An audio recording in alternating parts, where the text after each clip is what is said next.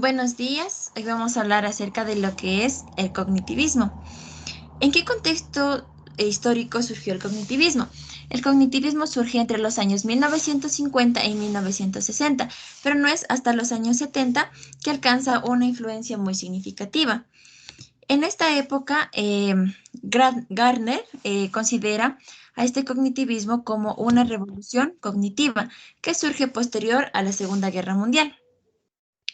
¿Quiénes fueron los académicos, científicos y asociados con esta teoría? Podemos resaltar a tres de los principales académicos, principales psicólogos que surgieron dentro de esta corriente psicológica. Podemos resaltar a tres, que son Jeremy Brunner, en primer lugar. Jeremy Brunner consideraba que el niño no adquiere las reglas gramaticales desde cero o partiendo desde la nada, como se había mencionado anteriormente en el conductismo, sino que más bien el niño ya había aprendido anteriormente. ¿De dónde? De su casa, con su madre.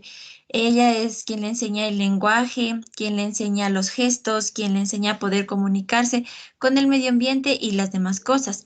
Entonces, anteriormente en el conductismo se mencionaba que el niño era como una tabla rasa en la que se podía escribir y hacer lo que uno se quisiera con él, pero Jeremy Brunner propone que los niños ya vienen con conocimientos anteriores y también dice que para esto es muy importante que nosotros podamos tener acercamiento con las nuevas tecnologías. Como segundo tenemos a David Aswell. Aswell parte de la importancia del aprendizaje por recepción, es decir, que el maestro es el encargado de organizar todas las actividades, todas las tareas, todos los trabajos que tenían por hacerse y el alumno simplemente es aquel que lo tiene que receptar, que lo tiene que recibir.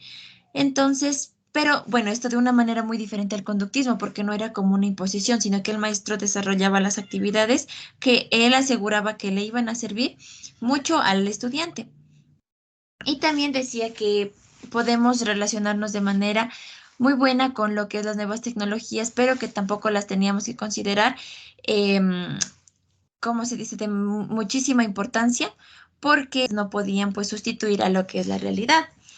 Y como tercero tenemos a Jean Piaget, que Piaget creía que la infancia del individuo juega un papel vital y activo con el crecimiento de la inteligencia, es decir, que el niño a través de su experiencia, de las cosas que él mismo va viviendo, va aprendiendo y va alcanzando el conocimiento gradualmente, y para que en un futuro él pueda constituirlo y utilizar.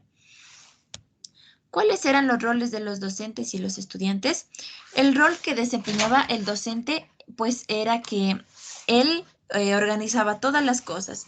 Él tenía en cuenta todos los trabajos, todas las actividades, todas las cosas que se iban a realizar dentro del aula de clases. Y él era quien enseñaba, pero ¿de qué forma? De haciéndolo de una manera más activa, más participativa, no tratando de hacerlo como una imposición, sino que más bien tratando de hacerlo como una interacción de conocimientos, de saberes, de dudas y de respuestas también al mismo tiempo. Y el rol del estudiante pues era aprender de todas las cosas que el profesor le enseñaba y al mismo tiempo ir conociendo para que él vaya aumentando su inteligencia, su capacidad intelectual y muchas cosas más. ¿Cuáles eran los objetivos y los resultados de aprendizaje? Los objetivos eran, por ejemplo, lograr el aprendizaje significativo con sentido, que quiere decir que no lo hagan simplemente por hacerlo, sino que sepan por qué lo estaban haciendo. También desarrollar actividades estratégicas generales del aprendizaje, descubrir cómo la mente humana es capaz de pensar y de aprender, no simplemente de obedecer órdenes como teníamos anteriormente en el conductismo y conocer la historia e importancia del cognitivismo también para que ellos pues lo fueran desarrollando de una mejor forma y no lo hicieran simplemente por quererlo hacer. A continuación, mi compañera.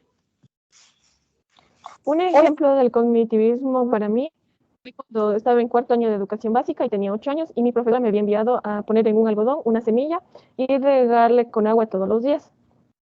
Aquí yo pude evidenciar el progreso que tuvo la semilla, ya que pasó de ser un embrión a una planta, y evidenciar por mí la germinación de la semilla con la supervisión de la profesora y aprender cómo sucede este proceso.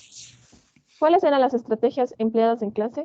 Las estrategias cognitivas del aprendizaje son habilidades de autogestión que el estudiante o persona adquiere a lo largo de su proceso de aprendizaje. Es decir, desde la escuela hasta el colegio o si se encuentra en la universidad, hasta la universidad, para gobernar su propio proceso de aprendizaje, pensamiento y resolución de problemas. Entre las estrategias de aprendizaje se distinguen estrategias cognitivas, estrategias metacognitivas de aprendizaje, es decir, de organización, y estrategias socioafectivas que permiten la interacción. Otras estrategias cognitivas pueden incluir, por ejemplo, el subrayado o la esquematización mnemónica, los mapas mentales y organizadores gráficos, ya que por medio de estos el estudiante sintetiza la información recibida dentro del aula de clases o su investigación realizada. ¿Qué tipo de evaluación se emplea? En el cognitivismo no es poseer conocimientos y evaluarlos cuantitativamente, sino que tiene gran peso lo cualitativo.